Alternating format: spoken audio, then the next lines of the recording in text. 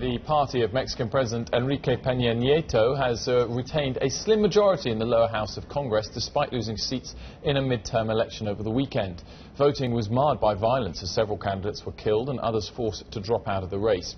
Jaime Rodriguez, known as El Bronco, became the first independent to be elected governor in Mexico, running largely on an anti-corruption platform. Joining us now is Juan Sartori. He is president and founder at Union Group. Juan, a very good morning to you. Thanks for joining us. Let's kick off with Mexico. In fact, in the last half an hour, the HSBC CEO has said that Mexico is on the cusp of a major takeoff. Do you agree with him?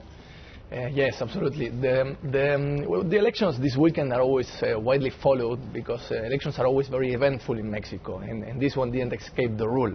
We had a former mayor killed in front of the voting polls.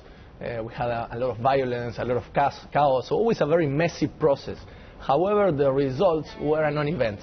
The current president conserved the majority of Congress and will be able to continue performing the big reforms that we believe are good for Mexican economy.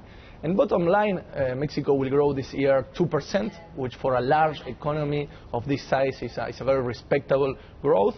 And it's doing some of these important structural changes that probably will see an important effect 2 to 3 years from now.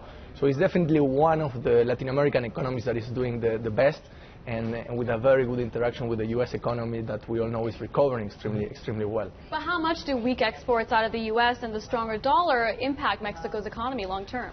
Well, in the long term, Mexico follows the U.S. economy. Really, there's a very strong symbiosis or interaction between both of them. So they work together on a North American economy that is recovering. They are complementary. And I think they work along both on policy, on currency organizations, in order to have the strongest possible growth in a complementary way.